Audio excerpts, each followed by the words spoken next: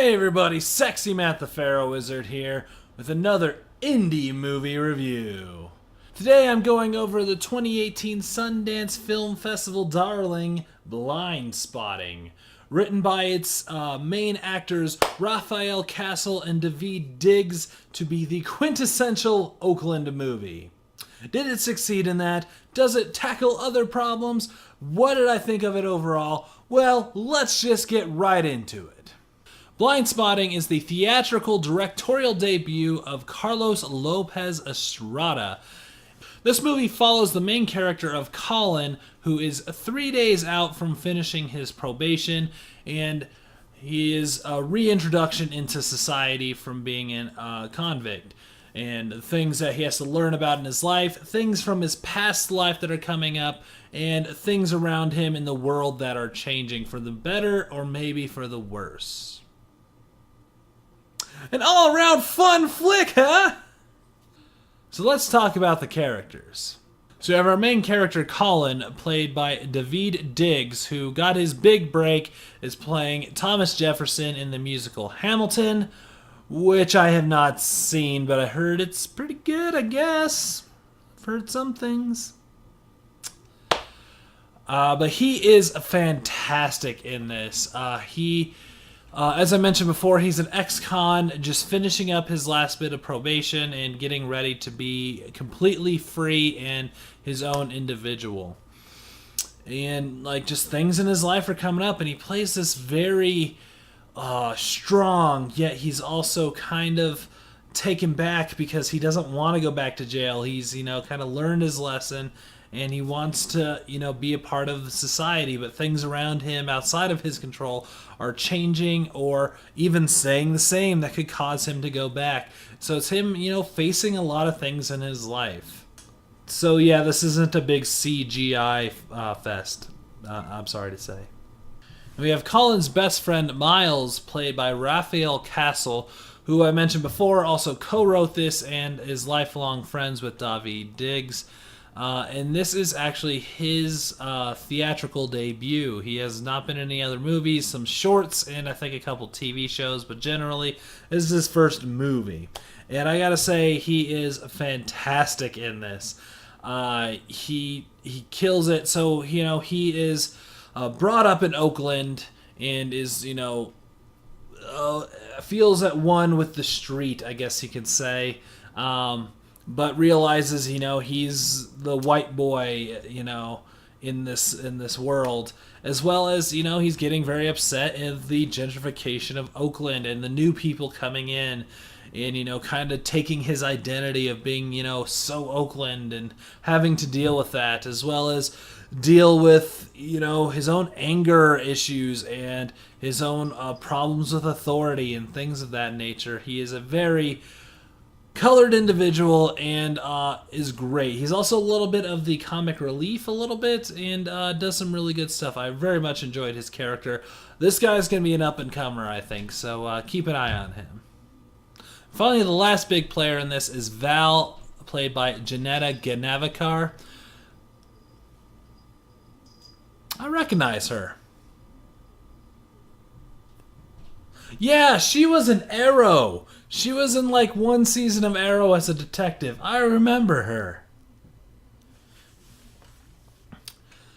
Yeah, she is Colin's ex-girlfriend, and she is a strong, independent woman, but wants to be there for Colin, but knows that he has to be there for himself. So she wants to be supportive, but also knows he needs to fix himself, and is kind of torn between those two things. But I think she does a fantastic job in this. Everyone really does. It's a lot of good roles. It's a very small movie, but everyone just kills it in this, and it's fantastic. So what does Blindspotting do well? So as any good independent movie does, it covers many themes. This one is the quintessential Oakland movie. It covers ex-cons, coming back into society. It covers gentrification, and it covers police violence. All these things have one thing, of course, in common: racism. Yes, this is a very racially charged movie, and I think it handles that fantastically. So let's kind of break these down individually. So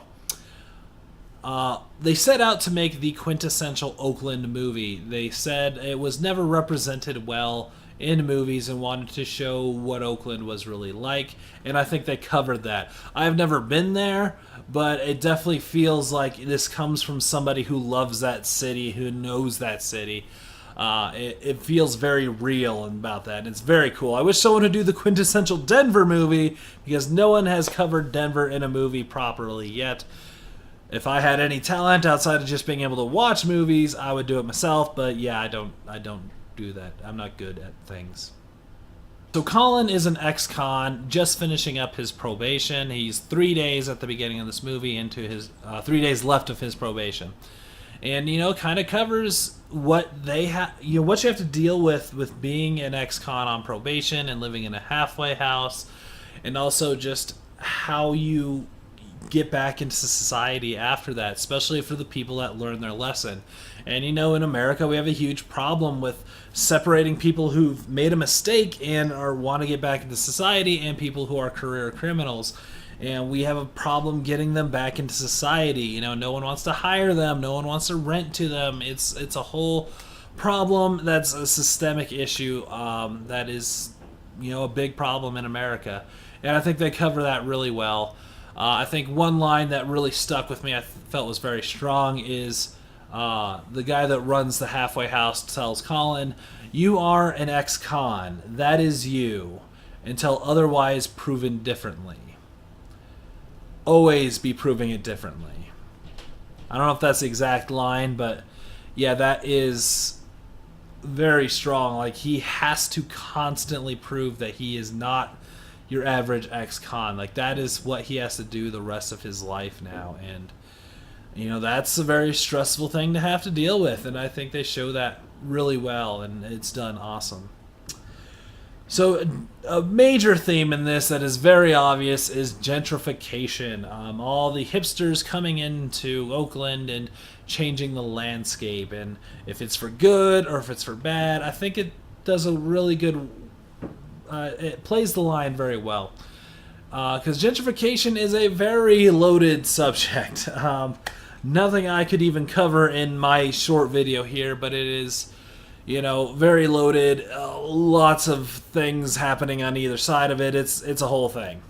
But I will say it definitely played into, loss of your neighborhood, in the sense, like, everything that made this neighborhood special to you and made it unique and interesting is now kind of being, glossed over, and just have chain stores put in and things of that nature.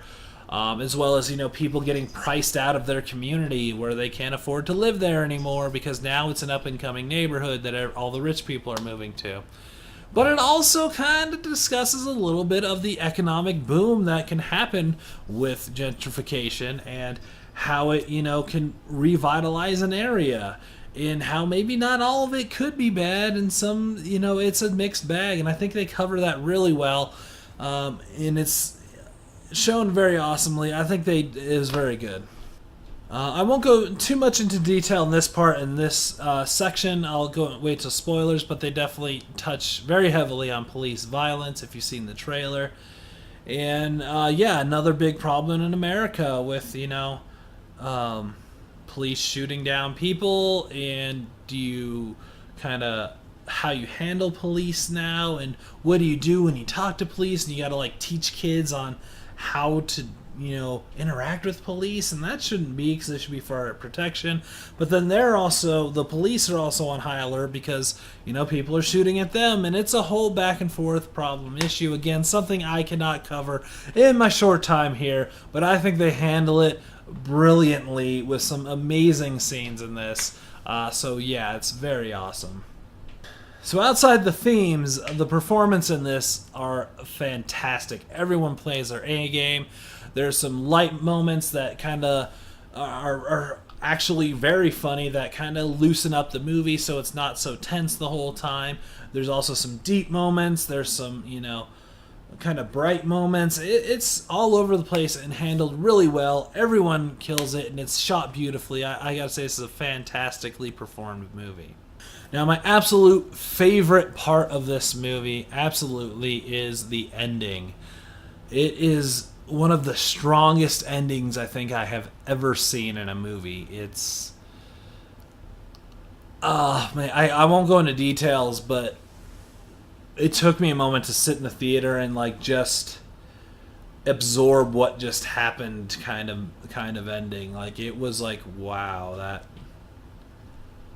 that was everything. And everything in this movie builds up to that ending. It doesn't come out of nowhere. It's not like a twist or anything, but everything kind of builds up and then is released at this ending and you're like, "Oh boy." It's incredibly strong. It stuck with me for, a while after and it still makes me think a lot about stuff. It's a fantastic ending. I loved it. But no movie is perfect. Where does Blindspotting fall short? Well, not a lot of places, to be honest. It was well acted, well written, well directed. Again, had light moments to break it up, but incredibly tense moments as well. I would say sometimes it jumps into this hyper realistic world where a lot of it is very down to earth and real, but then there's like these weird moments of like of Miles using like ebonics and selling things that's kind of hyper realistic, or like this weird reality of like this weird back and forth language, and it's kind of played for fun, but it kind of takes you out of this realistic world they painted. So I'd say my biggest complaint is just these random shifts there. But that's really about it. This is just a solid movie all around, so I gotta say it's fantastic. So that being said, let's jump into some spoilers. So throw up the spoiler sign here and jump to this time code if you want to skip spoilers, because it's spoiler time. So what really kicks this movie off, and it may not be a huge spoiler because I think it's in the trailer, but I'm going to just not go into specifics till now. But basically, Colin witnesses police shooting down an unarmed black man who threw up his hands and said, "Do not shoot." And that's kind of sets off the movie. And it doesn't like become a thriller or anything where he's like running from the cops and there's like a conspiracy.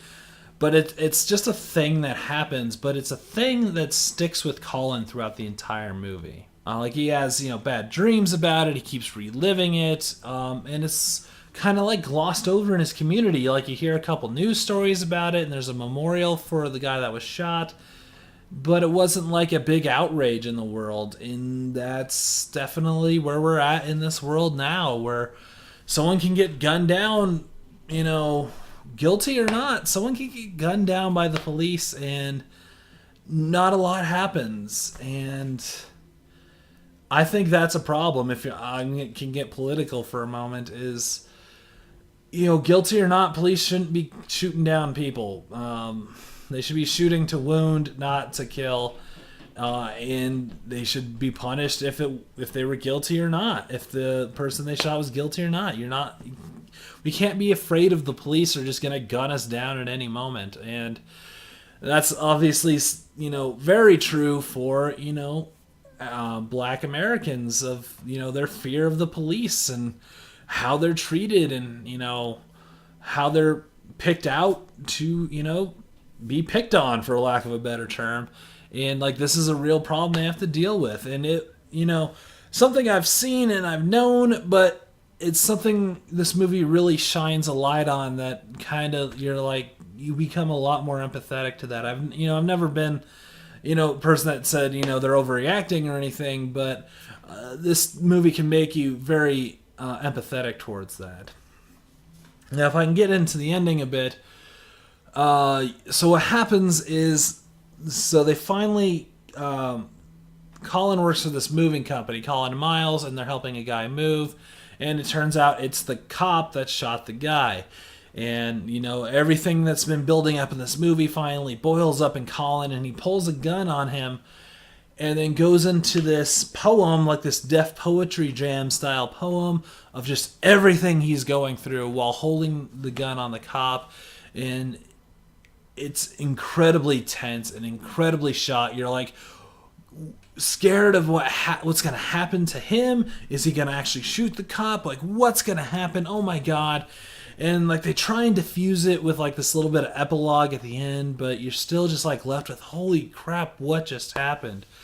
And it was amazing. Like the writing in that scene is so good, and you're hanging on every single word that is said, and it's going to be one of the great monologues, I think, of our time, of something, a film studies guy is going to do for like a monologue for acting or something. But it's so good and so strong, and it's just framed in this amazing way. It was so good. I can't praise it enough. That ending made the movie. It was already a solid movie, but that ending makes this movie. So let's go ahead and wrap this up. So this is a great indie think piece. It covers many themes that I find very interesting, and it does them well. And it is one of the many racially charged movies that are out right now, which is, I think, life imitating art, or art imitating life. It's, something that's in our popular culture right now that does need to be brought up and discussed. And I think we're finally getting some artists that can come up and say, like, this is my experience.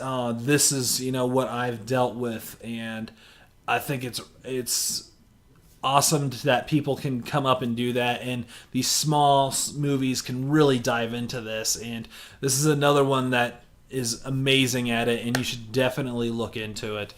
I found it, very intense and interesting, and I hung on everything it did. It was shot well. I can't praise this movie enough. It was fantastic. I wholeheartedly loved it, and I say you should definitely see it in theaters if you get a chance.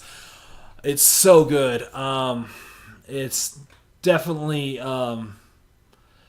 a high runner for a movie of my favorite movies this year. It's covers so many great themes that need discussing in today's world, and I think they do a great job doing that.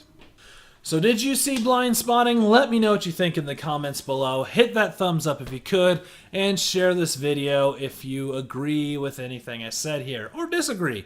Share it anyways. That'd be fun. So I'm Sexy Matt the Pharaoh Wizard. Until next time, hold on to your hold slots.